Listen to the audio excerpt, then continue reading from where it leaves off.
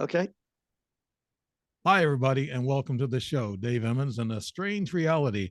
And my guest today, I've had him on before, and people liked him, and I like him a lot. He's an all-around guy, a jolly guy, sense of humor, but a brainiac on top of it, and a musician on top of that, and a drummer, and still drumming, and still putting out records. My guest today is Mark Olly. He's from the UK, and he's also his publisher is Philip Mantle and Flying Press Publishing, and a great guy. I want to throw a name out there for that. And he's a Philip is a friend of no, I know of Mark's. He works with Mark really close. But I've had, I think, Philip on my show here a while back, or a couple of years ago. It's on radio, I think, KCOR. But Mark Olly, he's going to be talking to us, and he's so deep in so many things, so many subjects. I'm sure he's going to shine the light on some of the the questions I might ask. I'm not going to take them into the gutter or anything, but but we're going to work these out. Mark Olly is an internationally recognized author, TV producer, presenter, writer, lecturer, broadcaster, musician, and artist. He is a visiting lecturer at Winslow Guild and the University of Chester, heads up his own archaeological unit. That's the name of the group, I think, heads up his own archaeological unit, and runs a DVD production and props company, Myth Company. He lives in Cheshire, UK, and I always enjoy talking to my UK buddies, especially this guy here. We're both musicians, and I think that's one of the reasons why we click. But we're going to be talking about Mark Olly's new book, Europe's Roswell. 40 years since the impact is a thorough and engaging examination of the Llanilar UFO. How you say that now, Mark? Llanilar? I'll jump in. I'll jump in and bail you out because it's Welsh. Yeah, It's yeah. Llanilar. Llanilar. Ooh, there's no K or C in there, and that's no. It's a Celtic K at the beginning, so it's okay. Llanilar. Thank you for bailing me out. I still look bad though. It's a UFO event in Wales in 1983, writes Neil Nixon. And we're going to be talking about the book, and he's going to get great reviews on this book. I'm sure he's written about 9 books. And if you go on the Amazon, or if you go on the internet, and you can look up all of his books, he's got so many. Matter of fact, I had to write him back and say, hey, Mark, I said, your new book's not on your list on the page that I'm looking at. And then he sends me the picture of the front cover, and then I just plugged it in to Google, and I had to bring it up separately. But yes, looks like a great book, and looks like a really nice cover. I think we have it there, and Mark might have something bigger for us to see. There it is. He's got the book itself. There it is. Mark Olly, welcome to the show, and welcome from me, to you, and anything else new that you want to add in there? Not really. I mean, it is book number 9 that's come out. Probably the reason folks can't find it is it was only officially released on the 1st of November, so it's only been out a few weeks. It has had a couple of good reviews. It's going down quite well. It's probably unusual for a UFO book in that, there's no blinking lights and blurry pictures of strange objects. This is a proper show and tell. Right. It's a book about proper crash debris. Right. So we're getting off to a good start right at the very beginning. Right. I want to tell people also you're a musician, and you played in this band. It's called Wolf now. You just did a concert here a while back, and you have a record that's out, an album, and you released that, and it's going to no doubt be good. He's a hard rock drummer, and the album's called Pilot, and it's by a band called Copperworm. And it's a slightly different lineup to the band I usually play with, because Copperworm was a session band, and the band I've been playing with for about the last 40 odd years, probably 46, 47 years, is a band called Wolf. We're working next year towards hopefully doing some recordings and a fairly large summer concert down in the Midlands here in the UK. So it's going to be fun. So you see, people, this is why I'm impressed with this guy. I mean, he's a archaeologist, a professor, a writer, and he's a historian and a musician and a drummer at that.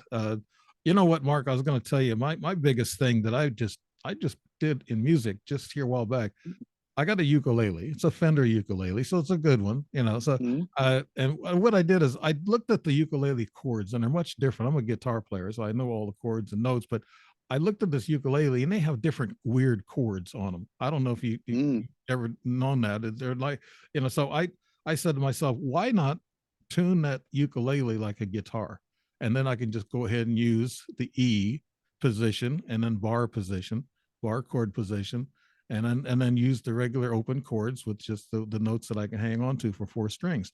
So instead of what I did is I did an E, A, D, and G string from top to bottom, and it sounds good. It, Hey. it's a lazy shortcut, buddy. Well, the guy that made the ukulele famous, George Formby, back in the 1930s and 40s, a wartime movie star as he was back then, actually lived in the next street to where I am here. So we Yeah, have a lot of very fond connections to ukuleles here. He really. was famous for one of his lyrics was leaning on a lamppost at the corner of the street until a certain little lady walks by.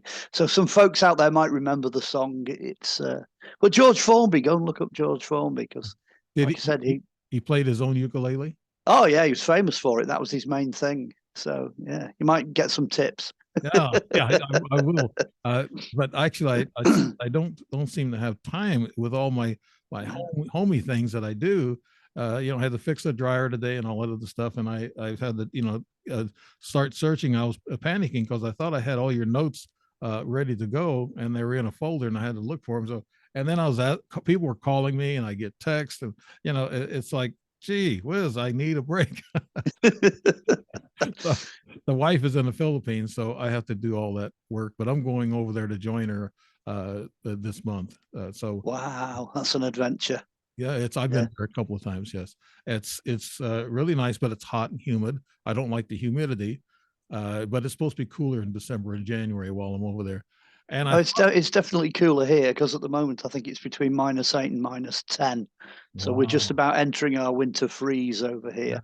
I know, but I Yeah. uh, we're about 40 degrees I think today here in the Midwest in Illinois. Mm, But yeah, I think I want to go over there. And I asked my stepkids. I said, "Hey, they're rich, by the way. You know, mm. we'd be staying in a mansion there while we're there. Hey. Yeah, but uh, we're going." And I thought about maybe jumping on the air on one of the radio stations there and doing something, Yeah. with with this UFO thing there. They're not into it like we are. A lot of countries, like take Japan and China, they're into it. Australia's into it. UK's into UFOs. Some of the, I guess, European countries are also. I don't know which ones are the most, but Denmark might Mm, be a little bit. But I know UK they're into it just like we are here in the US. yeah. But you got 50% believe, 50% that doesn't. And we'll talk about disclosure too Yeah. Yeah. during this conversation. But Mark, tell us why and how you got started on this latest book, and we may go back and forth in some of your other books if you want. But this Roswell, European Roswell, tell us a little bit of how you got into it. Well, it's an interesting story. It's building, if you like, on top of a couple of experiences I had when I was younger, because I saw sort of flying erratic star thing up in the sky in 1976. And then in 1981, I also saw something that looked a bit like one of the scout ships out of Close Encounters that was flying up the local river here. And it came through some steam on a power station, Mhm. flew up the river with these lights going underneath it.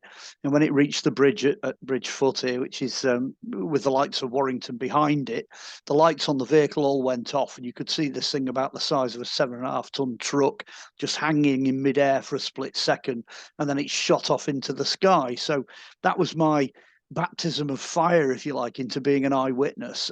Turns out I wasn't the only one. It was spotted by an aircraft, and it was also spotted by some people that were camping on the other side of the power station. And it took quite a few years and different publications to be able to piece that story together, which is in the book. So if folks want to check that out, it's in more detail in the book. But essentially, what got me interested in it was doing the speaking circuit at the end of the 1990s into the early 2000s, I met a chap called Gary Rowe. And Gary Rowe's a little bit older than me, and he'd been on the circuit a bit longer. But we kind of hit it off. We did a big UFO conference in Blackpool, and we finished up in the Indian restaurant afterwards, chatting over a curry as you do. And he said, "I'm going to phone you when we've finished up here. I'm going to phone you because I've got a case you might be interested in." So I'm like, "Oh, okay." Anyway, around about 2005, I was doing some work in television. As you know, I do production and stuff. I had my own series and what have you. And I get the phone call, and Gary phones me up and he says, "You're an archaeologist, aren't you?" And I'm like, "Yes, I dig stuff up." He said, "Well, how do you fancy coming in and having a look for some bits of a UFO?" And I'm like, I don't, yeah, I know they exist because I've seen them flying around, but what do you mean bits of a UFO? And he said, "Well, I've got this story." He said, "This UFO came down in 1983, first few days of January, at a little sleepy Welsh village called Llanilar, just outside Aberystwyth in mid Wales."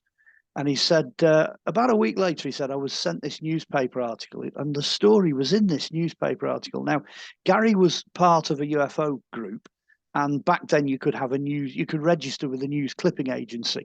And what they would do is any clippings they thought were relevant, they'd send to you. So Gary had got this clipping, and in it, the farmer that was concerned with the incident was a guy called Erwell Evans. And Gary thought, "I know this guy, so I'm going to give him a call." So he phones Erwell, and Erwell says to him, "Well," he said, "yeah." He said, "I went out and had a look one morning where my sheep were supposed to be." And he said, "There were 4 fields just covered in debris." He said, "It looked like a plane crash. Looks like something had come down in the middle of the night." He said, "But I didn't hear anything, and there was no explosion. And it was mostly sheet metal, a couple of bits of girder and what have you, but the vast majority of it, sheet metal and stuff that looked like tin foil."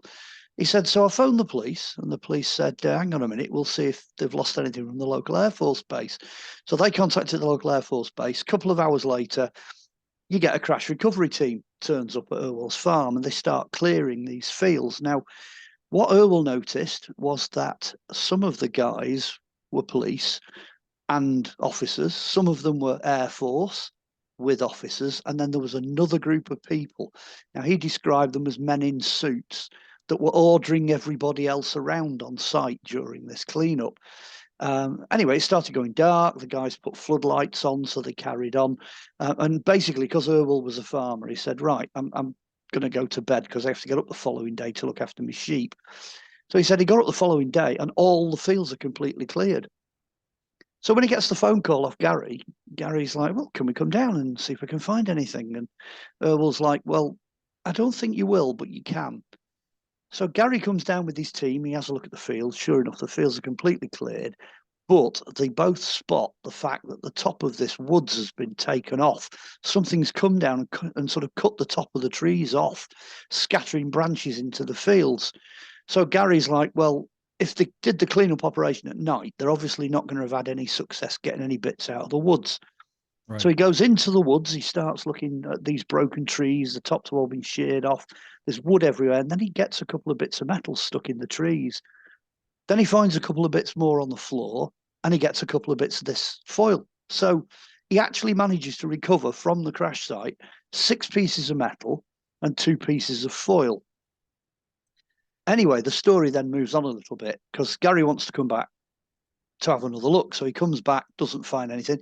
When he wants to come back a third time with metal detectors, he gets a phone call off Erwell, and Erwell says, "You're not going to believe this, but they're demolishing the woods. They're cutting it down."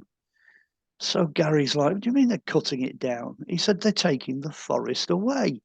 So it's Forestry Commission that look after the forests in Wales. So Gary phones the Forestry Commission, and he says, "What's the idea of you taking this woods away?" And the guy on the other end said, "Well, it's wind damage." Gary says, "Well, do you normally take trees away for wind damage?" The guy says, "No, but in this particular case, we are." So it would appear that somebody was keeping an eye on what was going on. So he told me this story anyway, Gary, and he said, "I want to make a documentary out of it because it's been 25 years since the crash." So that's where the original Europe's Roswell comes from, because that was done in 2008. And we basically went through the information and the data we had available then. And I'm still a bit hesitant at this point. And Gary says, well, I've still got some of these bits in a case in my garage. So I'm like, oh, yes. Oh, yeah, that'll do me. Physical evidence. Yep, that's what I'm all about.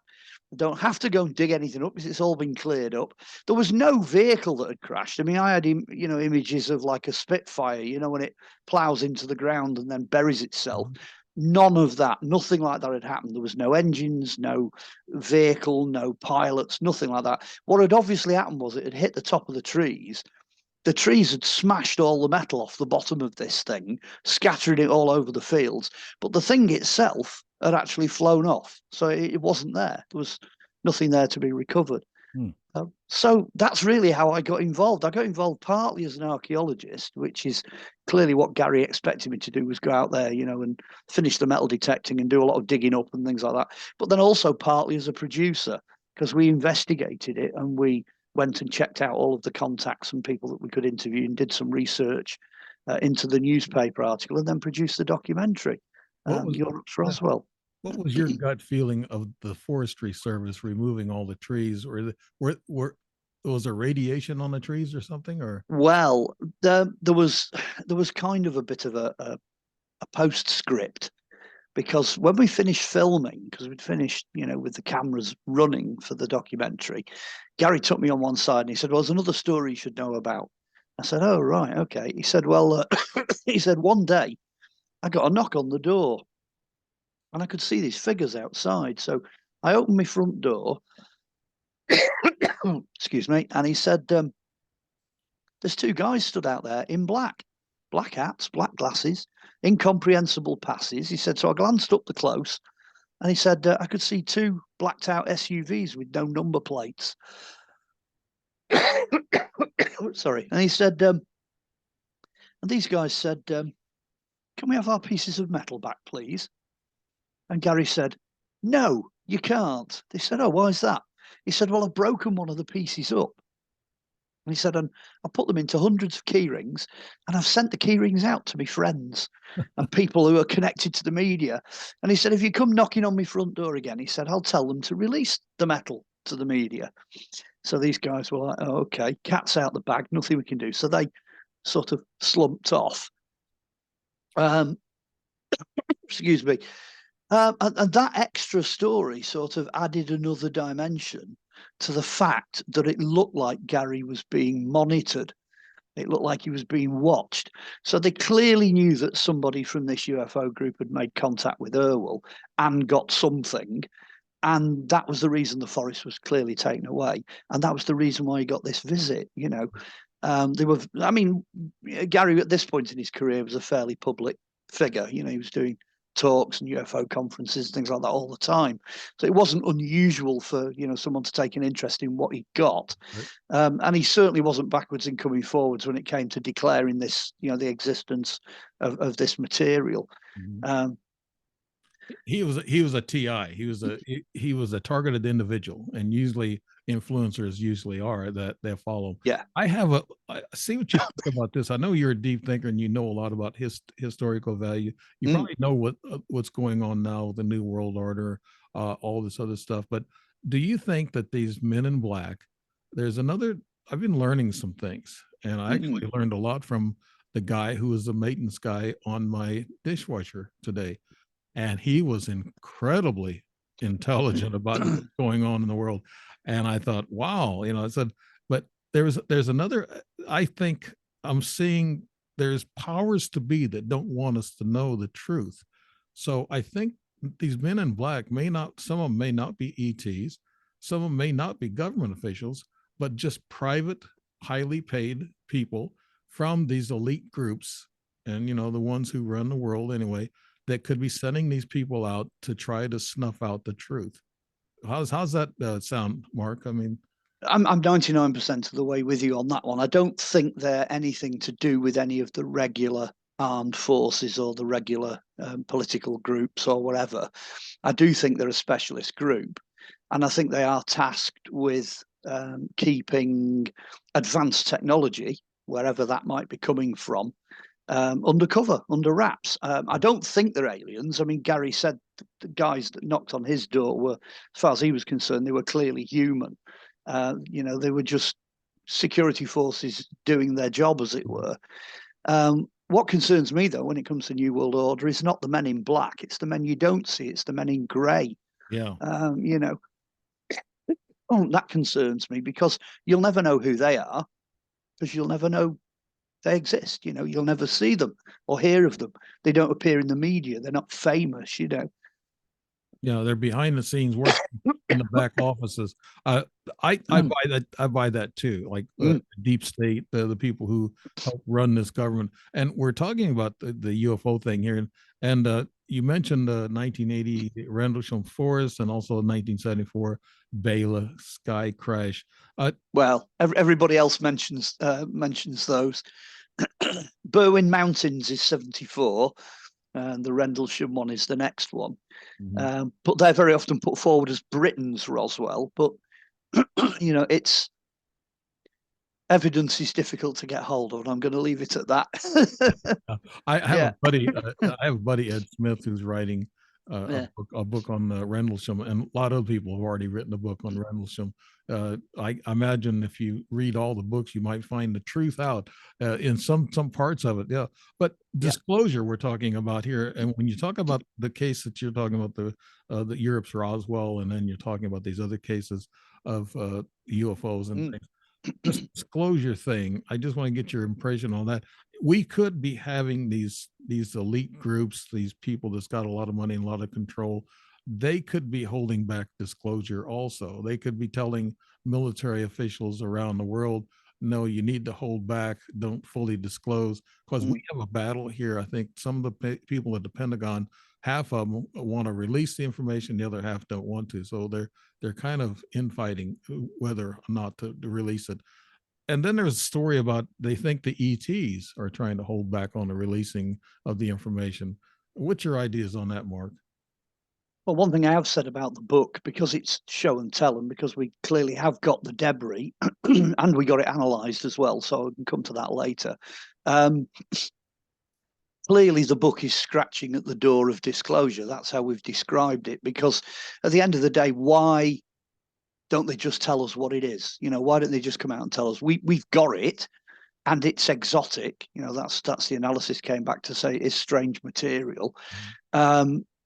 Who really cares about where it comes from and the rest of it? I mean, I think the population as a whole now is quite accepting of the idea that we're not alone in time and space by any means. I don't see what the problem is. If the aliens are holding back, then I suppose it's fair, because if there was a culture in the Amazon jungle that didn't want to be discovered. In fact, there is a culture out there that doesn't want to be interfered with. Fair enough. That's up to them. That's their wishes. But as you say, in terms of human beings, people in the know, we know that they've got craft that do stuff. We know they were developing stuff after the Second World War. We know what happened at Roswell. All this information's out there, and there's an awful lot of it.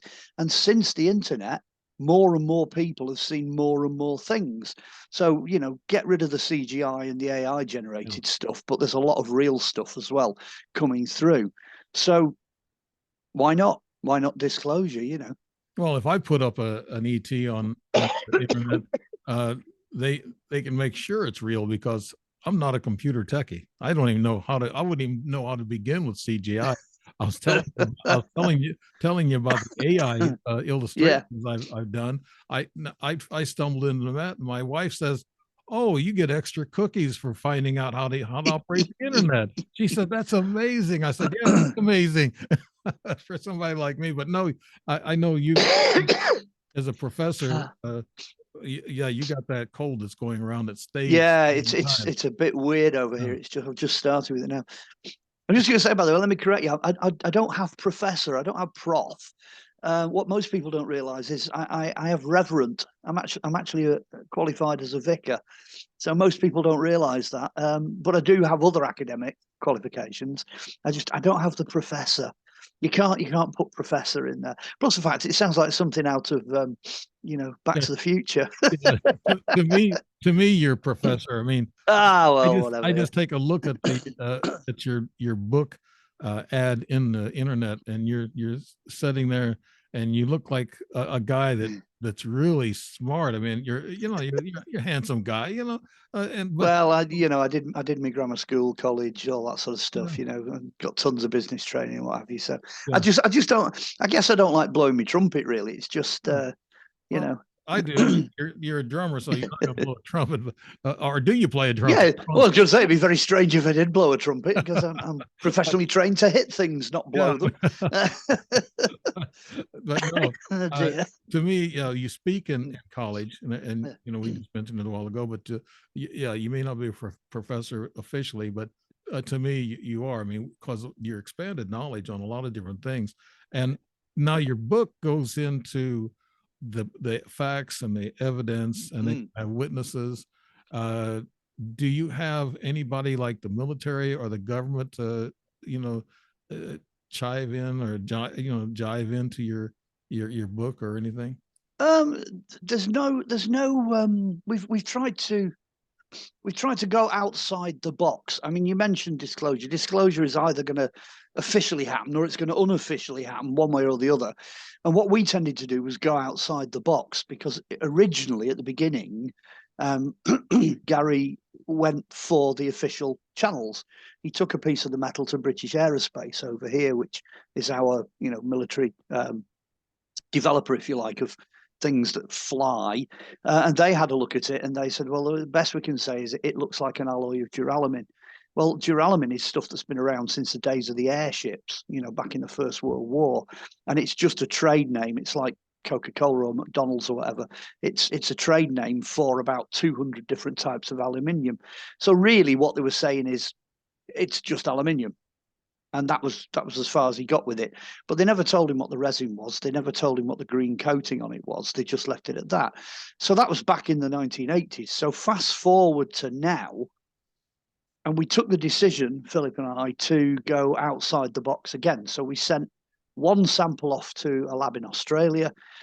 We sent another sample off to a lab in the USA, and we got some interesting results. The Australian lab sent back and they said, it's aluminium, but it's not aluminium alloy. It's aluminium foam.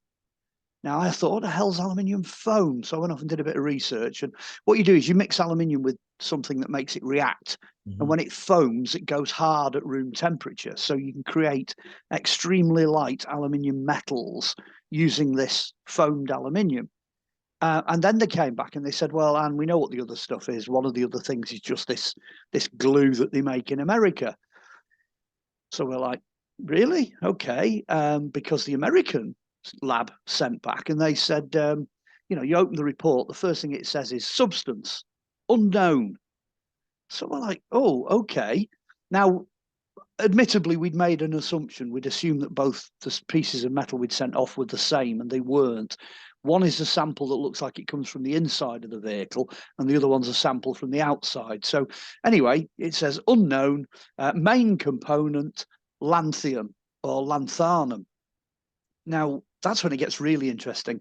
Now, on Earth, lanthanum is quite common. It's 27th most common, substance on Earth. It's up there with like quartz and salt and basalt and, mud. It's just common. It's everywhere.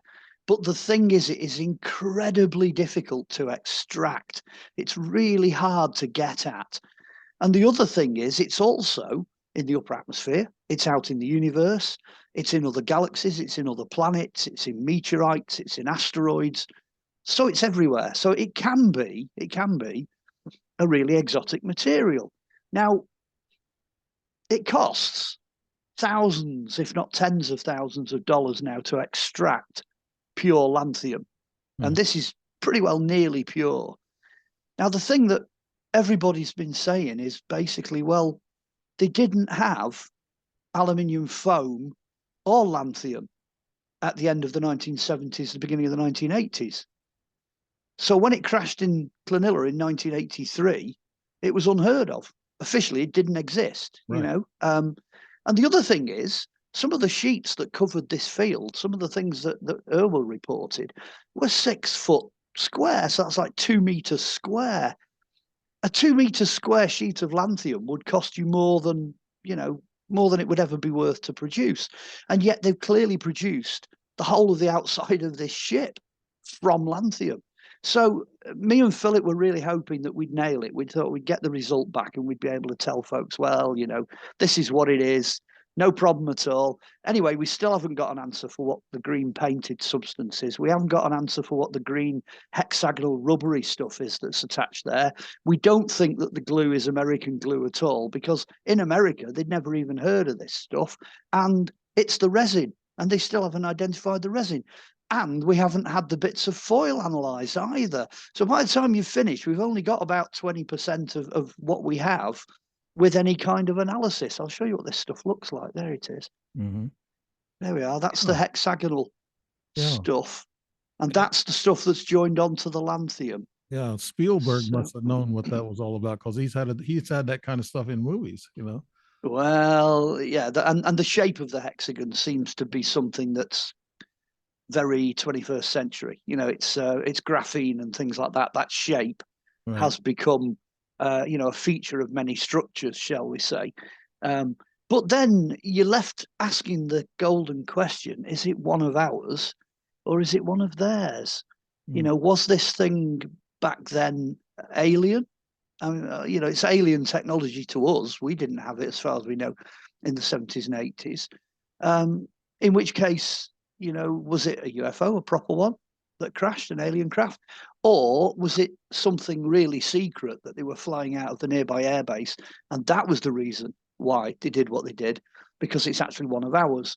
Of course, there is the middle ground being that we could have got hold of alien technology and back engineered it. So what you could be looking at is back engineered technology. So those really are the main 3 options since we got the analysis back. Well, but it's weird. It's weird stuff. Go on. Let me talk to you about this. This is I've heard Tucker Carlson, who's our next vice president, of course. Well, yeah. This is not a political show. This is just for entertainment only. Okay. But, okay. But no, Tucker Carlson had on his show that he's had several experts. That one, David Grohl, I can't pronounce his last name, Gould or something like that. But David Gould, he come forward in a hearing, and he said that we have, bodies, ET bodies. And also I heard on Tucker Carlson that there's 9 UFOs that the U.S. has in their possession. And of course, like what you were talking about, back engineered. I know England has some. I know Australia has them. And I know Germany probably involved in it, because Germany back in the early 1930s, they actually got a crashed, UFO there. And so they back engineered. That's where they were heading towards in their flying saucer program. Yeah. So, and with that, all this effort, keeping knowledge away from us, we could have had this kind of knowledge, let's say 260,000 years ago, when we were like 6 human evolutions that's happened, and a cataclysm happened and ended us. What do you think about these governments having these craft and not telling us? That's disclosure. Not telling us, but actually some officials coming forward and saying, yes, we do. And then you just said they might know because they back engineered themselves. I believe the Russians have got them as well. They've got a couple of UFOs that have come down. So I'm going to take a stab and say China probably have as well. Yeah. So they're all over the place. They've impacted in lots of different locations. My own feelings are a bit strange on this issue. I'm going to go sort of down a slightly different rabbit hole to arrive at the answer to your question. It's always puzzled me why the aliens, look the same essentially structurally as us. So they've got 2 arms, 2 legs, body, 1 head, eyes, mouth, whatever. They look like us. The thing that's different about them is that the heads are usually much bigger. So clearly the brain capacity, the cranial capacity is much larger. Now, I did a book, Crystal Skulls and Human Heads, where I was looking at these stretched, elongated skulls, which have, as it were, drifted from the world of archaeology into the world of ancient aliens. That's where they've ended up. But when you look at them, they're us. They're actually us. They're a different species of us. When you analyze them, the DNA, whatever, comes back as a different species of us from the past. Now then, this is where it starts getting interesting. If, as some people say, these craft are time traveling, interdimensional, and they're coming, some people say they're coming back from the future. Well, for anybody that studies time, that causes problems, because if you come back and interfere with the past, you're going to create a paradox. Now, if you create a paradox, you can make your own existence disappear. You can upset the timeline so that things happening in the future get wrecked. They just get destroyed. Now then, if you're traveling in time and you've cracked the problems of time and space, but you're coming from the past to the future, you've ruled out the possibility of a paradox. Because what you're doing effectively is you're going ahead to see where things have ended up. So I've got a sneaky feeling that's what we're seeing with these craft. Now, it would explain things like, some theory like, they come from another galaxy. So what do? They abduct a cow. It doesn't make any sense. That's ridiculous. On the other hand, if they're coming from the past and they want to see where we're arriving at, they'd want biological evidence to see how things had changed. Mm-hmm. It also explains abductions because they want to see how we've changed as a species and what's going on there. It would also explain their interest in, things to do with nuclear developments, technological developments, etc., etc. I think that it's going to be a side issue that is preventing disclosure. That's the answer to the question, if you like. I don't think it's going to be a case of we can't cope with silver discs or we can't cope with little green men. It's going to be something else like time travel or interdimensional travel or, disclosure on exactly what the spirit realms are. It's going to be super technology of that kind that's going to prevent the disclosure. It's not going to be what we know they can do. It's what we don't know that these things can do. Mm-hmm. That's what they're trying to cover up. And most people, I think, who are really thoughtful about it and they study the subject will arrive at very similar conclusions to what I've just said. Because what we know, that's it. Like you say, the Germans were developing flying craft that were very similar to this, possibly even George Adamski in his Flying Saucers of Landing, those photographs might be the German craft flying just after the war, 10, 15 years after the war. That's a possibility. That's not going to necessarily present a problem for disclosure because it's just a machine. It's everything else. It's the rest of what comes with it. And as you rightly said in your statement, what happens if these guys have been around several different creations ago? What happens if they've always been there? Because they can move about in time and space, they can go anywhere, do anything. Well, that does present humanity with one or two sticky issues, shall we say? Right. They say that we always thought, okay, we're an advanced human society, and they look back and they see the caveman and all this. That's not true. I mean, I think the past human societies, they were more intelligent than we are, and they knew more about frequencies and sound waves and things of this nature, and they had peace, I guess, some thousands of years ago until the elites, until the controllers got involved and dumbed us down, and for the last few thousand years at least that we know of. But now that time travel you talk about is very interesting. You said that we can travel from the past to the future because we won't know what's going to happen in the future, so we can't make any changes. We can't trip some president 3,000 years in and fall. Well, it's the damage we do now that would affect the future. Yeah. So that's why I don't think these beings are coming from the future, because they could come back and mess up their own future. What about dimensional travel? I think we do that. Scientists say we're going from the 3D to the 5D when we dream at night. And when we get into that deep sleep mode, they said that's where we go. Our brains go to the fifth dimension. And actually, I've had dreams like that. I just had one here a while back where a buddy of mine who passed away, I actually saw him in my dream, and he was in a different location. He was in a big complex, and he was more tanned, so it must have been more warm where he was at. So I have these dreams once in a while. I get these regress dreams. Of course, that's where I found out I was abducted way back in 2011, 2012. I had these regress dreams. I also met them up close. But my first UFO that I saw, Mark, it was my second one actually. The first one was kind of vague, but the second one, my buddy and I saw looked like the German Nazi UFO, the little fat pudgy thing, with 3 layers. Yeah. It looked like it, except I did not see no swastika or any German marks on it. No. But also, they're talking about Werner von Braun actually created a secret space program back in the 40s, 50s, and 60s, and they're on the moon. They got moon bases, they got Mars bases. And another thing, to the crash that you're talking about, somebody were saying this last week or so, I heard a couple of scientists talk about they're crashing these UFOs on purpose so as to let us, slowly get that technology so we slowly advance. What do you think about that? That's crazy, Mark. Well, it is a bit. I mean, I've heard a couple of different stories from different sources whereby some of these craft that crash are so far beyond us that we can't operate them. So that's a difficult route to go down, really.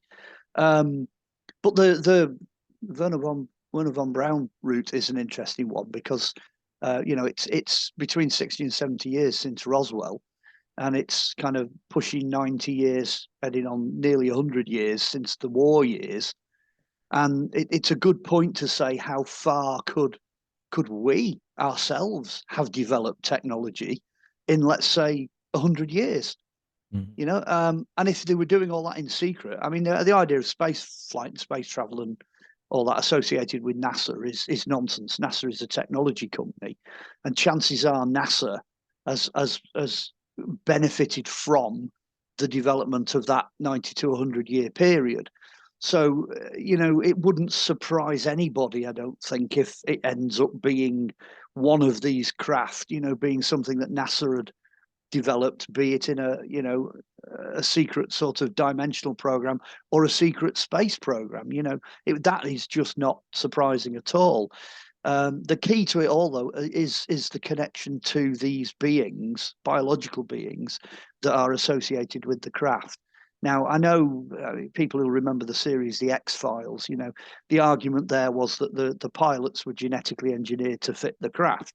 So they took it a step further, and they were saying that there's engineering and then there's biological engineering. It goes even further. But then who knows where's the DNA coming from? How are they engineering them? Again, is it back engineered? Is it alien? The other interesting thing as well is these guys with these enormous heads. I think I might have said this a few times in interviews. There's one that's 3.5 times the capacity of a normal brain. Now, supposing that guy was lucky enough to be born with the IQ of Einstein, well, you're talking about a wet computer there that's 3.5 times the size of the brain of Einstein. So I very often say about, the past and archaeology and all these amazing things into the realms of ancient aliens, these guys with these enormous heads were perfectly capable of doing all of the things in the past that we're seeing now, and more importantly, getting them right. So where we're destroying our planet because we're basically a race of warriors and we don't use 90% of our brains, they were not like that. They had these enormous brains. Get 10 of those guys in a room and they'll easily tell you within minutes how to build a pyramid. And it's not a problem because they've got these enormous wet computers. They didn't write it down either. I mean, apparently it is sketched. No, they didn't. Oh, I just want a disclaimer here. I got a big head, but I'm not an alien, okay? And I'm not an Einstein. So I got to I'm not either. Oh dear. My hat size, every store I go to, I gotta get a special hat, a bucket, whatever. But no, your book, Europe's Roswell. Yeah. You said a few things. You found some metal. You found some materials. And what else does it remind you of Roswell as you're writing this book? Did they find bodies, do you think? Well, I'm just going to find a little bit here. There's some bits here which show the foil, especially that Right. photograph at the bottom there, Yeah. which I can bring up to camera. Okay. A piece of that just before the book came out was found by a metal detectorist on the crash site at Corona, New Mexico. Wow. So that metal has actually turned up on the site.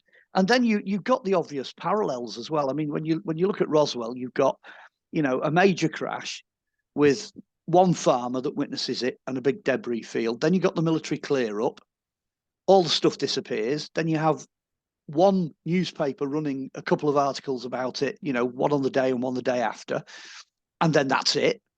And then all of a sudden it's a cover up, and etc. Well, we've got exactly the same pattern. It's the same playbook in Wales. You've got a crash, a large debris field, one farmer, one newspaper article that doesn't appear anywhere else. So you've only got that. You've got, in this case though, you've got one set of recovered debris. They didn't get it all, but they certainly got the majority of it. So you got the same, they're coming off the same playbook. And it is possible, because only recently it was, the idea came up, Matt Brazel might have actually kept some of those fragments in a case in the house just before he died. So there have been investigations of that property because they think he might have actually kept some of the Roswell material. And I think the parallels are just a little bit too, they're a bit too much really to be coincidental. The book does explore that. Gary explored it more than I did. So I put it in the appendix. Gary sent me some notes that came with the fragment I got. So what I've done is in the book, I've reproduced the notes in full. There's 8 sheets of notes that he gave me, and he actually goes into detail and he runs the parallels. And I think he's got 2 sheets of A4. So he's got more parallels even than the ones that I've just told you. It is so clearly the Roswell playbook, running again, but in the fields of North Wales. Yeah. Now you mentioned Men in Black. We talked about that a while ago, but and also Brazel, the rancher that you said might have some debris. Now, what they were doing, there was Air Force people there telling people if they tell about this story, or if they keep saying that it's a flying saucer, and if they keep bits and pieces of this flying saucer, that the desert is big, and when somebody dies and they're buried out in the desert, they'll never find them. They were actually putting fear in these people. So that rancher must have been pretty brave keeping a box of that stuff, Mark. I mean, that's yeah. I mean, we're lucky here because we're terribly English, don't you know? In England we don't do things like that. We don't bury people under the concrete patio or anything like that. So hopefully we'll all survive this. Yeah. I think Gary was genius putting the key rings out, sending out the key rings to folks. I've got one, and mine appears in the book, the one that I've got. So there'll be a few others floating around. I mean, the cat was definitely out of the bag there. There's no way they were going to get the cat back in. It was out and running. And there's different times, 1947, you could get lost in the desert, in the post-war years. But over here, we don't have any deserts. We don't actually walk around with guns and stuff. And it was 1983. And the atmosphere in 1983 was very different. Right. Clearly, they wanted it covered up in the same way. I mean, we put the documentary out in 2008. I put it out with Reality Films, which is an American company, and we fully expected it to hit the headlines, and it just hit absolute dead silence. I got one American radio station contacted me and said, "Oh, can you do us an interview?" And then they never followed it up. So it was just completely underwhelming. There was no response to it at all. It did end up on Amazon. It ended up on Amazon Prime and then Amazon Pay to View, I think. So the documentary got out and it's out there. I've just put a whole back catalogue of material up on a site called Drake, Michigan. I've got all my TV stuff up there and all my documentaries and loads of extras and that. It's just gone up. So there's loads of stuff now on YouTube. You can go watch the documentary now, full HD on YouTube. And I'm still putting stuff up. So that was something I've been doing over the last sort of 9 or 10 months. It's been a busy year this year. There's been loads of stuff coming out. You've always been busy. I've been interviewing you the last couple of years, and you're always busy. You're doing something. I mean, either writing a book, or you're playing music, or you're lecturing, or you're doing some archaeological work. Now, this crash and other crashes like it, I'm just wondering, the government somehow or another going to have to start explaining some of this stuff. Even you talk disclosure, somebody, I think some people in our Congress actually are doing something. I think Yeah. sometimes they do something, and they're talking about these hearings and they keep pushing the military and the people to be but right now we've got a situation that this is just for entertainment purposes only. Our First Amendment is being kind of scraped upon, and Yeah. we've got to be careful, what we say and how we say it and who we say it about. And it's never been like that before, but we are like that now. And I'm afraid that this disclosure and talking about things that we might know might that might come back to the Men in Black type of thing, and even in your country and other countries, because they're trying to suppress the knowledge Yeah. even more now because they're afraid the knowledge is getting out. And somebody, powers to be, don't know all of them or who, I have guesses, but they're doing this to put fear in us. And fear is a controlling emotion to have. I mean, it's just terrible. I've been through combat. I know what that fear is like. But what do you think? Since you posted this book and all this other work, that I don't think you're going to get any trouble, like you said.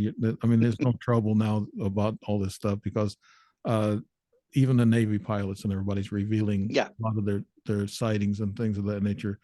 I don't think that's the problem. I think what the problem is, if you find something really scientific that they don't know about, I think that's when they get curious and they start pushing on your doors. So that's part of the whole thing about disclosure. I wish it would come out. People ask me, well, what is disclosure all about? And I'm thinking, well, I think they're going to drip it, but they got other plans. You got Project Bluebeam. About those things. The false ET flag. Let me ask you that question. I had a newspaper article that sent me part of an article about a casino. These statisticians were saying that we might be attacked by ETs, and I said no.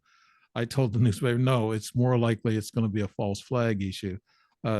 So, and I heard somebody talking about that most ETs they run into, and most people who's had these abduction things, they were scared, but they weren't hurt. They're not killing anybody from what all indications we know.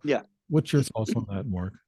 Well, given the advanced technology that these guys clearly have, I think if they wanted to get rid of us, they wanted to blot us out, they would have done it by now. They would have done it long ago. Mm-hmm. I think we're such an aggressive race, the human race anyway. We kind of, if we're not careful, we are gonna obliterate ourselves by hook or by crook. We're gonna wipe ourselves out. So I don't think we need the help of ETs to achieve that. And again, the whole principle of conquest is that you don't destroy the thing you're trying to conquer. And that's, as an archaeologist, you can see that right across the board. People that want to invade other lands, so presumably people that want to invade other planets, are not going to destroy the thing that they're trying to invade if they can possibly avoid it. What they tend to do is just remove whatever it is that is the aggressor. So I think, I think we're into the realm of science fiction here in a way. As long as we don't shoot at them, I'm going to guess they're not going to shoot at us. And if we do shoot at them, it's going to be a proportionate response. They'll remove whatever is the aggressor and then hopefully leave everything else alone. It's like you've got to sort of take an intelligent approach as well. These things are obviously ahead of us, so it's like getting rid of the barbaric side of humanity, removing that I could see being an aim for any future, race of beings. But that doesn't mean, I don't know. I don't think they're gonna. No, they're not here to invade in that sense. They're not here to come in and dominate and all the rest of it. You probably find that what they'll do is point us in the right direction. If you look at crop circles, there's already a hint of that. We had a big crop circle over here that was a picture of an alien. and it had a Yeah. circular message in the field next to it with binary. Yeah. And that basically says, I'll paraphrase, it basically says something like, stop mucking about with your environment or it's going to end badly, So a lot of the messages they've sent us have been encouragement to say, get your act together. So Yeah. I think these beings have got our best intentions at heart. I really do.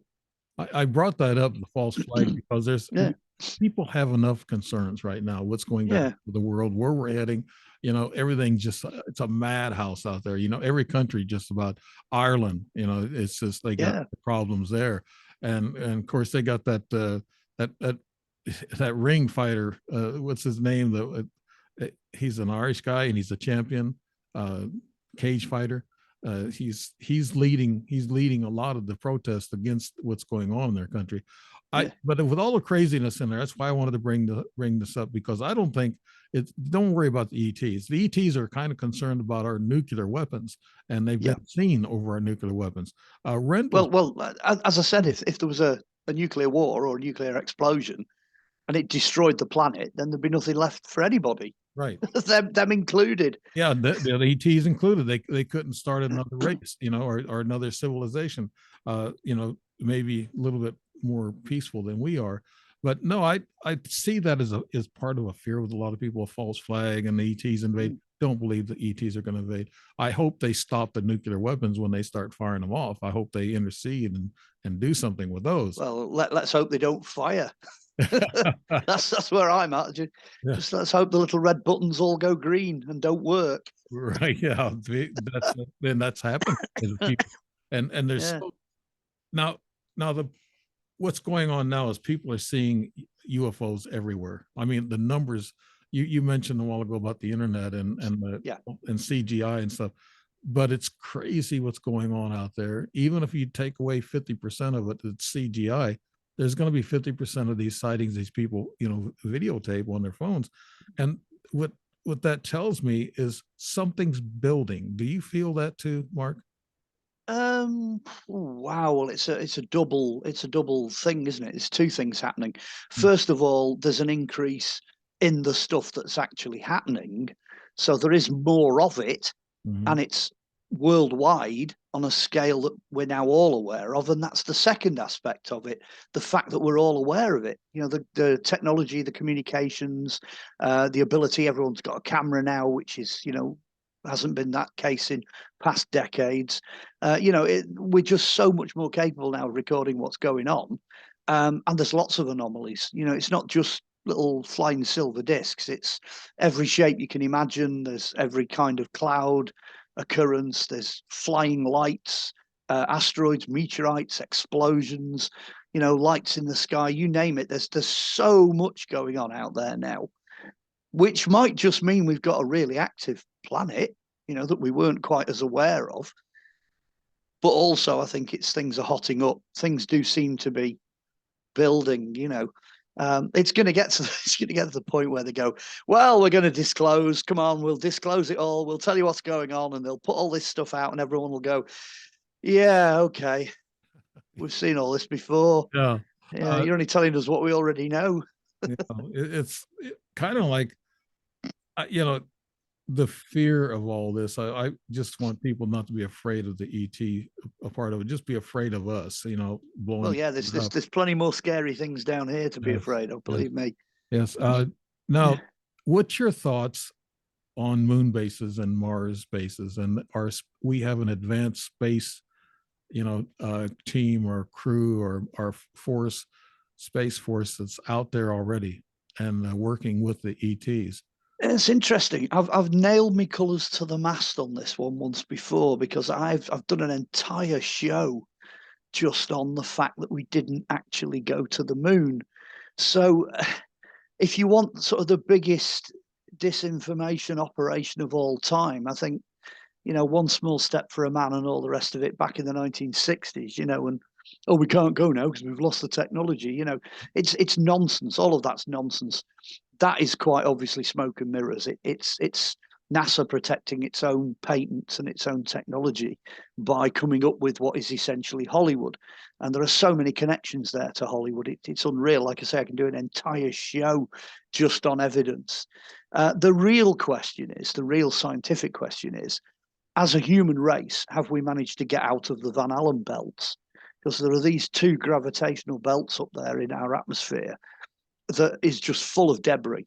I think there's something like 400 million pieces of debris now flying around in the outer Van Allen belt. So sending anything out through that's like sending a tin can out through 10,000 shotgun blasts. It just isn't possible. And then there's other things to consider as well. Like once you get out there, you know, temperatures are wild in outer space. It's not space. It's full of gas. It's full of debris. It's full of asteroids, meteorites, comets, you name it. So odds are that whatever you put out of that belt is going to get hit by something or microwaved or burnt or whatever before it ever gets to anywhere. So that's one problem that I would like to see a lot of serious evidence to get rid of, because that is a major problem. No doubt about it. That's a major problem. And then you've also got the other side of it as well.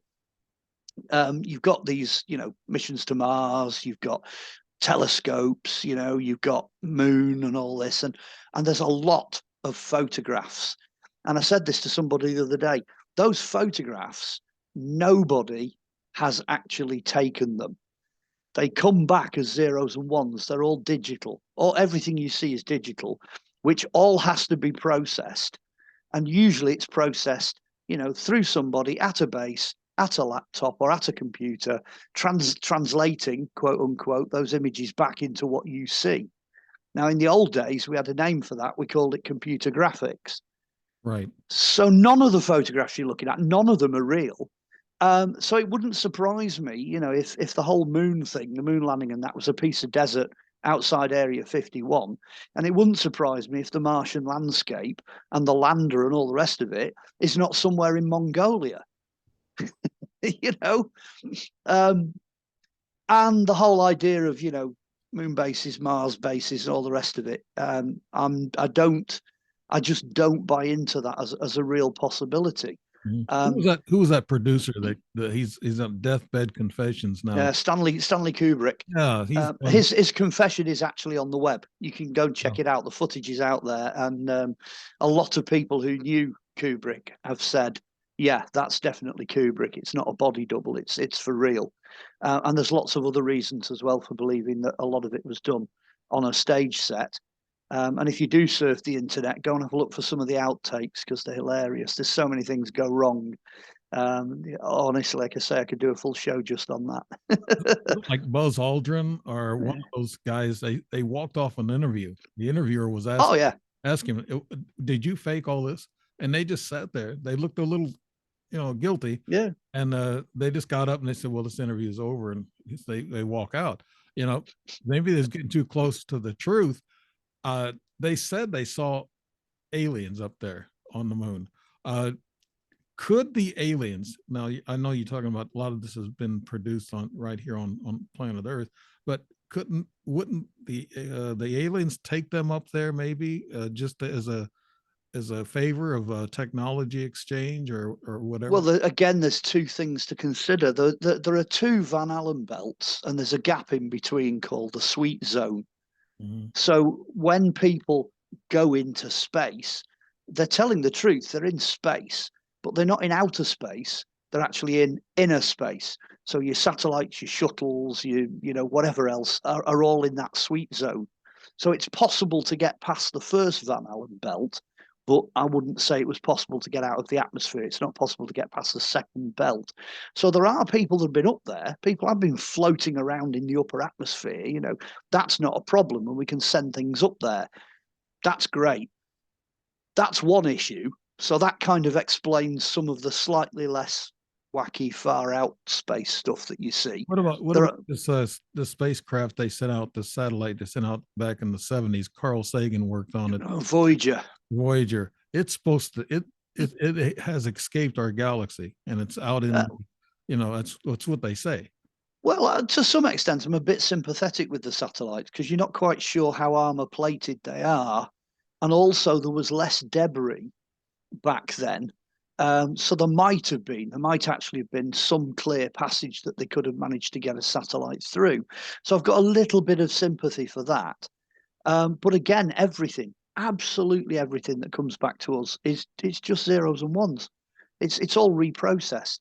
So it casts a certain amount of doubt on a lot of the validity. If you have a look at, for example, the famous face on Mars, have a look at that, but have a look at the original NASA photo, the data, when it first got queued through their system.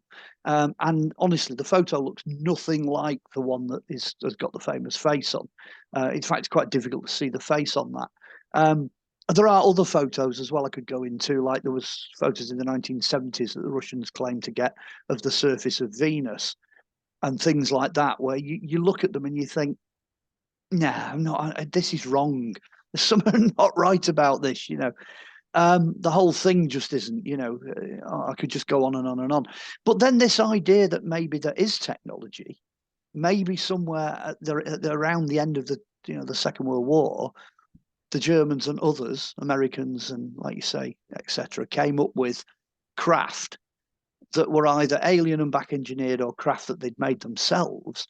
Those craft might operate to entirely different technological levels that would enable them to stand impact and heat and radiation and solar flares and comets and all the rest of it. There is a possibility, and again, dimension jumping from one place to another place to another place to another place, and different forms of propulsion and transport like that might again get us past obstacles. There might be ways of getting through those obstacles, but as it stands, what we know, I don't think is sufficient to cover the claims that they're making about where they've been. Mm-hmm. I hear a lot about. Well, I've seen it actually. I had a scientist on my show a couple of weeks ago. He had these little objects there. He calls them dragons, and they fly about 1,200 miles an hour, and they stretch out to about 10 inches. He's got video of this, and they check out everything that's flying, and but those things are kind of like little drones that protect the larger craft, UFO craft. But also, he had a couple of videos of a swirling smoke thing coming through the sky, Yeah, and dropping out, and then here shoots out a UFO and some of these little drones that come out with it. And so he had a Navy pilot that showed this. They filmed it on, and so it's very real. So one of the ways they get here, and they don't have to go through the Van Allen belt, is they go through these portals. Yeah. They're driven here by portals, and they're jumping dimensions, or quantum leaps is what you call it, I guess. But that's another way they can do it. How do you feel about that, Mark? That a lot of them are just coming through here through. No, it's as I say, it's super technology. Clearly, NASA, are filing hundreds of patents every year for new technology, as indeed will be any major technology companies in any of the bigger industrial nations of the world. So there's going to be a lot of stuff out there that ordinary man in the street are not necessarily aware of. It's getting increasingly harder to differentiate between what might be us and might be aliens, and alien stuff. It is getting harder. I mean, having worked on the series Ancient Aliens and met some of the chaps that do that, they will also agree, and they'll say it's getting harder and harder and harder to push into the things that we see that are happening and the things that are going on. If anything, everything is just getting more mysterious. It's just getting harder to make sense of, both in the past as well as in the future, I hasten to add, seeing as though archaeology and aliens are now well and truly joined at the hip. Yeah. The past does indeed inform the future, as Winston Churchill said. The further back you look, the further forward you can see. Mm-hmm. Do you think it So, also could be the Great Awakening, that people are getting a little bit smarter and they've seen all this stuff and they're thinking, okay, that may not be, history is not what we think it is. It's been a complete suppressed lie, most of it. And the space travel could be doing the same thing. I heard Elon Musk, I think they asked him a question last week about the flat earth. I don't know which yeah. you think about that. And I think he kind of went along with it. And then firmament, the Yeah. firmament that stops, there's a water barrier up there that stops craft from getting out. Yeah. Those two ideas, Mark, expand on those. What's your thoughts? Okay. Well, water barrier, yes, that's atmosphere. That's just the atmosphere. That is another complication associated with the Van Allen belts. The actual nature of the gravitational field around the planet changes when you get up there, and the sort of things it holds that it grabs onto, that changes as well. In terms of it being sort of, semi-solid or an illusion or a projection, or, the Earth being flat and everything's just kind of, above it. Somebody came up with an interesting point, and this is totally new thinking. This, I was chatting in a group the other couple of weeks ago, and this teenage chap jumped into the conversation, and he said, "Has it never struck you as being odd that there's meteorite craters on the side of the moon that faces Earth?" And I said, "What do you mean?" He said, "Well, it's pockmarked with meteorite craters," he said, "and it's always facing Earth." But it would never have been hit by meteorites because the Earth would get in the way. Yeah. And I was like, that's a really good point. It should be the outside of the moon that's getting battered with meteorites. The dark side you of know, it. yeah, not the side that's facing planet Earth. So why is that good? And that really got me thinking. That I thought that is a massive discussion about how is that possible? Why is it like that? Clearly, things are not as we've been told or as we're seeing them. Now, when you start looking at things like that, I personally, from my own point of view, I don't think the Earth is necessarily flat. I think we're on a ball that's spinning through space, but there's something very odd going on up there in the upper atmosphere when you start to look at things like the moon. I mean, it's not a moon anyway. It's more or less an asteroid because it's stuck to the atmosphere, and it goes round with its same side always facing us. So by definition, that's not really a moon. It's not a separate planetoid. What about a doing moon it. base? A moon base for the ETs, Mark. Well, and why did it ring like a bell when they hit it? Or is that? Well, actually, it might ring like a bell because it's basically it's like honeycomb, and it's got loads of hollows inside it. So that is a scientific adventure for chaps in the future to go and find out why it does that. In terms of it being, is it a piloted base? Is it the Death Star? Or whatever. No, I don't think that's the case at all. I think they would have phenomenal issues trying to use the moon in that way. One way or another, it's stuck. It's stuck in our gravity, right? And the gravity affects it, and it in turn affects us. Whether or not it was ever a piece of our planet or not, that again, that's open to debate. You're a great historian, Mark. Could you tell us? Oh. I've heard that the famous philosophers thousands of years ago said at one time there was no moon. We didn't have a moon, and all of a sudden the moon showed up. Well, Merlin and all this other stuff, back the history. Yeah. Could you elaborate on that? Did we? Well, it was interesting because one of the things that people have been looking at because of the technology we've got now are craters, impact craters on planet Earth, to see, what's hit us in the past. For example, they think the dinosaur killer is the Gulf of Mexico. The entire of the Gulf of Mexico is one sucking great big crater. So they think that's possibly something that impacted and wiped out the dinosaurs. However, hats off to you American chaps. The American Geological Survey went across Antarctica mapping what was below the ice using, ground penetrating technology.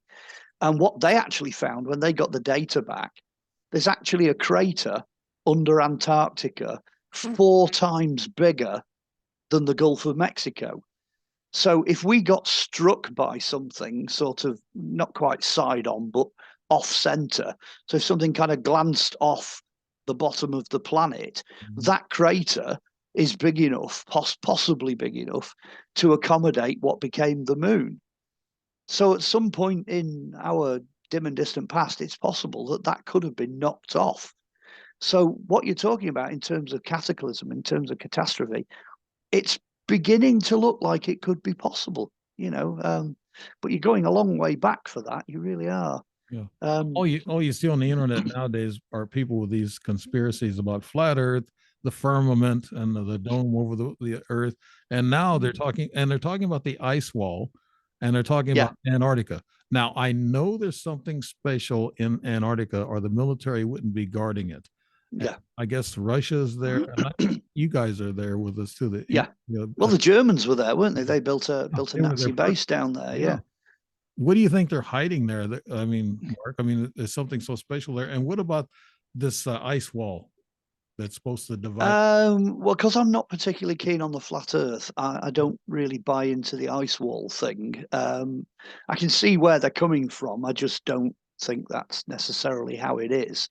And when it comes to Antarctica, you've got a few problems. First of all, you've got this thing where they're still trying to guard their own technology. So whatever they're up to down there clearly has got something to do with technology. I think one of the things they're doing is they're trying to cryogenically freeze everything, something from everything. So all the different fruits, the seeds, the plants, you know, DNA, genetics. So I believe they've got this freezer facility there.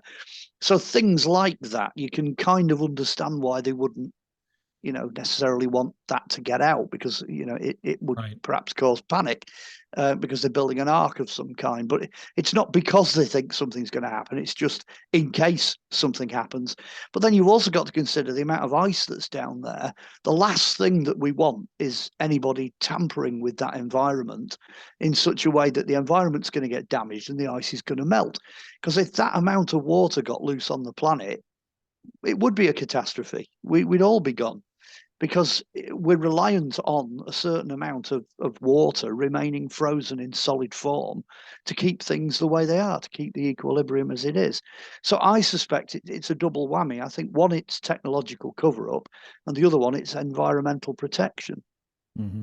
I've heard there's military bases up there, and there's been some people, and I know one person. I don't want to mention his name. He wasn't really nice to me, and I think he's playing both sides of the coin. But he's saying that there's a weapon. He called it some kind of sort of a weapon about a mile beneath this I guess their base, military base, and it actually has vibrations and frequencies that can actually be targeted. They could target those vibration frequencies at a different location and actually target it to people. And changing frequencies is the big thing now they're talking about. It's not energy, it's frequencies that we're made up of. And these frequencies are controlling the frequencies here on Earth. And maybe that's why everybody's going crazy, or the world is going chaotic. Maybe these frequencies, like the ARP program, and also this big device that's buried underneath the ice up there in Antarctica, and it's a military base. So you shine some light on that, Mark. Well, I was aware in the 1980s that the Russians had already developed and a sort of airborne laser weapon that worked on frequencies and wavelengths, and they reckon they were capable, for example, of clearing large areas of people while leaving things like buildings and animals and environmental greenery and stuff still unaffected. So the idea of specifically targeted weapons, I'm going to say if the Russians were developing them, I presume the Chinese will have been doing it as well. Yeah. That idea has been around for quite a long time. And the technology to do it, I believe, has also been around for quite a long time. Why on earth you'd want to stick that in Antarctica? I don't know. It's a secret place that they can guard. I mean, it's better than Area 51, really. Yeah, they were working on ideas of bouncing things around the atmosphere, you know, so you could fire it and it would bounce around. And I don't think they could send it through the planet. But then you're back into the idea that the planet isn't flat, it's round, and that's how they can bounce it round, you know, round the planet. They do that a lot. They do bounce things round the atmosphere a great deal. Whether or not you could do that and then specifically target a spot on the planet, I don't know. I still think you'd have to have the pointing the gun principle. You'd literally have to fly whatever it was over your target, right, to be that accurate, you know. And again, if it was that simple, why have they not? Why have they not used it to resolve conflicts and They're weapon eliminate threats up to now? Yeah, why have they not used it? they're weaponizing it, Mark. And I think we don't have the weather to worry about anymore. Actually, our governments can actually manipulate the weather. We talked Yes. about ARP a while ago, and Yeah. they got more than that. There's more than that. They can actually control the weather, actually produce earthquakes, and actually, control people's minds with frequencies or make them Well, sick. ever since the invention of television, that's been possible.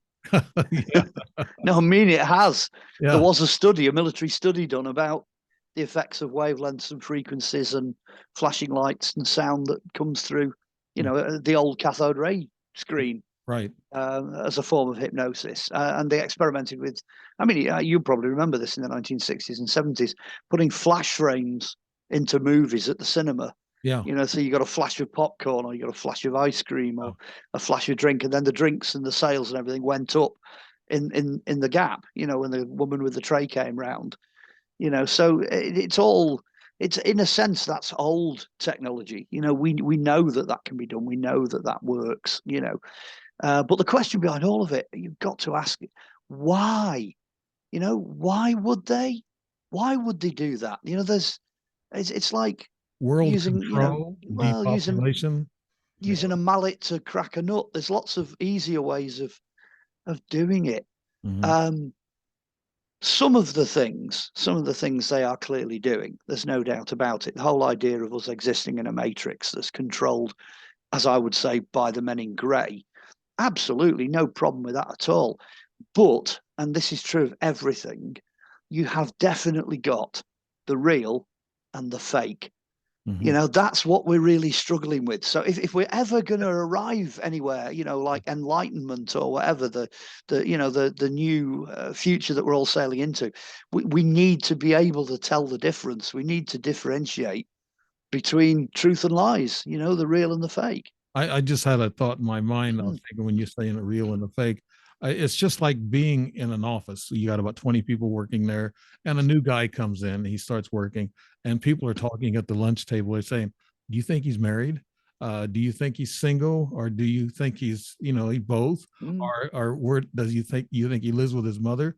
And until he comes out and tells the truth, there's going to be all kinds of guesses and all kinds of misinformation and disinformation about this guy until he sits there and he said, "Look, people, I am single, I live by myself, and I'm happy." And so does that satisfy everybody? It's the truth is what we need, Mark, but I don't know if we're ever going to get the truth. Well, just to finish off the same story, you could ask the guy, and he could say, "No, I'm sorry, it got shot off in the war," or he could say, Yeah, "I'm terribly sorry, I was born a hermaphrodite, yeah, so I've got both." Or yeah. there's always going to be a way out left field, Answer. way of looking at things.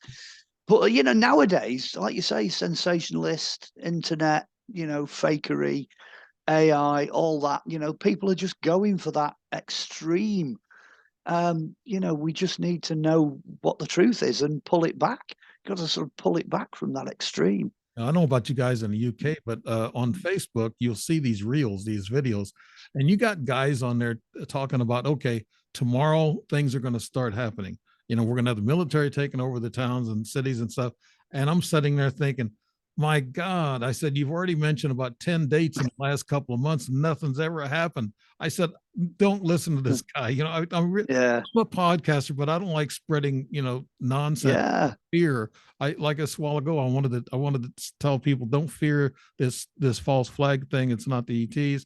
Now that I have, and I have a good gut feeling that's not going to happen. Because I see so many of these people that are fear mongering, Hmm. and actually that's what a lot of churches do too. They Yeah, yeah. yeah I mean, if you go back to what I'm saying about the men in grey, I'm quite sure the men in grey exist, and they're yes behind the scenes, and they're higher up than any of the people that you're aware of or I'm aware of, because they don't appear in the media, they don't make themselves known. But I do take encouragement at the fact that I'm pretty sure they've got a long-term plan. Whether or not it's going to work out for the best for the ordinary man in the street, for the rest of us, I don't know, but it is very, very clear when you look at the evidence that there is a plan. There is a plan of some kind Yes. ticking away. Now, whether it's Club of Rome or Agenda 2030 or, WHO or WEF or whatever, whoever it is that have got these plans, it's all part of a bigger plan. Of that, I'm absolutely certain. And it devolves, and we get snippets of it, and we get to see a bit of it, and occasionally we get it inflicted on us. But, and I've always had this saying, chaos is good for business. Right. So bear that in mind when you see what's going on in the world around us at the moment. Chaos is good for business. I mean, it gets rid of the old, it brings in the new, it generates income. If you can't make money legit, just wreck something and then rebuild it, because you can make money from doing that. Right. So when you see these things working, these are overarching, overriding plans, if you like. Anyone that's studied business will be looking at this going, hey, that's page 23 of the business plan. We know what's coming up. And some of the observers who are keener than perhaps you or me will already know what some of those next steps are likely to be, because there is a plan and it is predictable. Like I say, whether it's good or bad depends on where you are within that plan, within that structure, I suppose. But don't be afraid of chaos. It's not going to descend into mayhem. Yeah, I don't think we got enough of that now, that the demonstrations and everything in the streets. And it's silly. It's because people don't understand. We got the younger people now that don't understand. They don't know anything about UFOs. A lot of younger people don't listen to shows like ours about UFOs. No. They're not into that. A lot of times I'll see the people that that watch these shows, and they're not younger people, that's for sure, but they're in colleges and they're being told maybe a lie, or maybe they're not being told properly about history, and so they don't know anything about UFOs and what's going on overhead. They just want to party and do their own thing. I was a young person once, and you're still young, so kind of. Yeah, but it's my older brother told me, he said, well, he looks over at me and he says, we're not going to have to worry about what's going on in the future, but he said our kids might. And I said, yeah, you're right. Kids, grandkids, future generations, they're going to have a lot to deal with.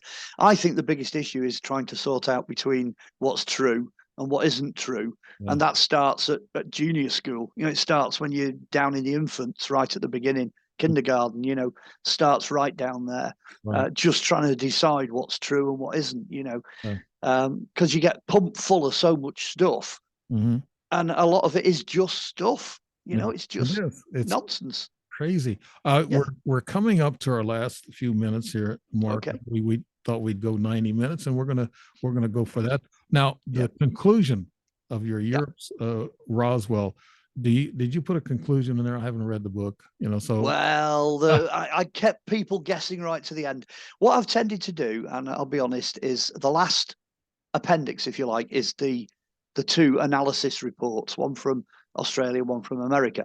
What we've done is we've put them in the book in full, and I've tried to make as few comments as I possibly can, deliberately, because I'd like people to look at those reports and look at what the book's saying and look at the evidence and try to come up with their own conclusions at the end. I do say, is it one of ours or is it one of theirs, or is it back engineering? I think you will find that's in the book. My conclusion would be, that this is the closest I think we've ever come to any form of disclosure, because we've got a piece of one of these things. We physically have it, so there's no denying that these things exist. So there's nowhere else to go really after this book, apart from somebody coming out and going, yeah, that was one of ours. Yeah, we're going to admit that's our technology. That's what it needs to be. So, as I said, we're scratching at the door of disclosure. Hopefully someone's going to open it and tell us what this book's all about. But go out and buy it. Go and buy the book. It's an easy read. Won't take you long to get through. It's a proper good stocking filler.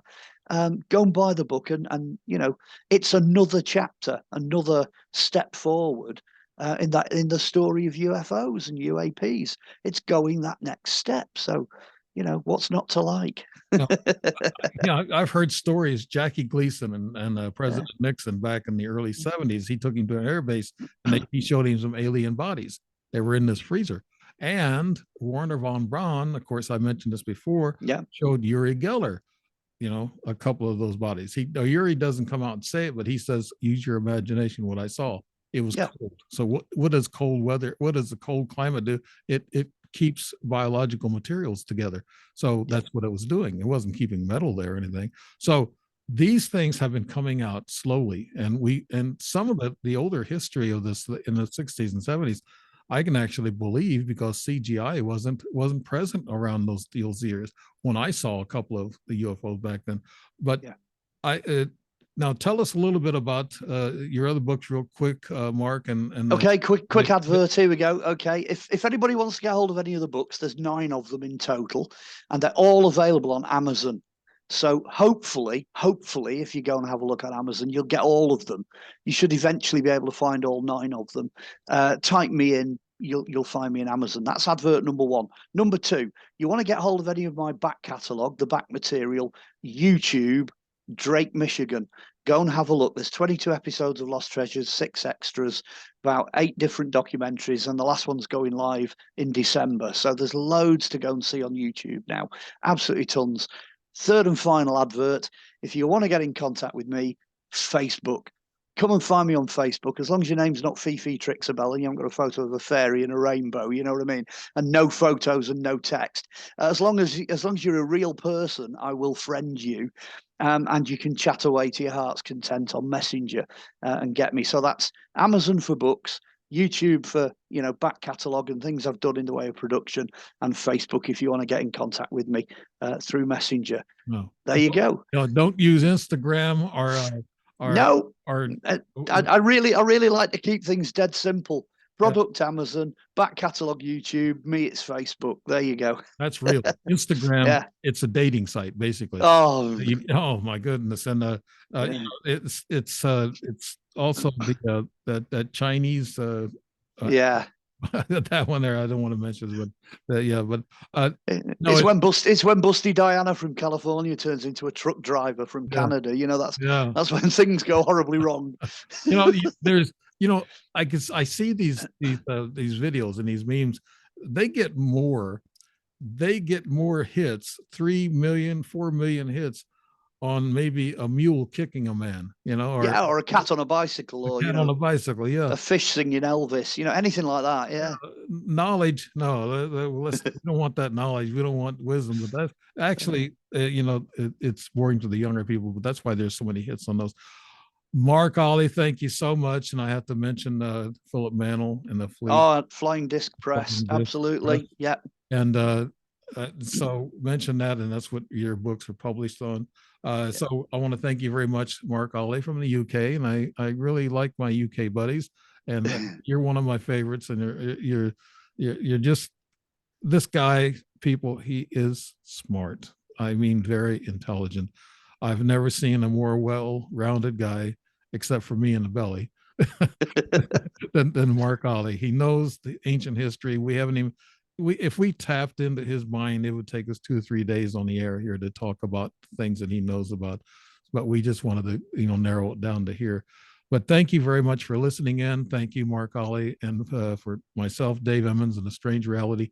Thanks to everybody for tuning in to us. And thank you. Good night. Bye.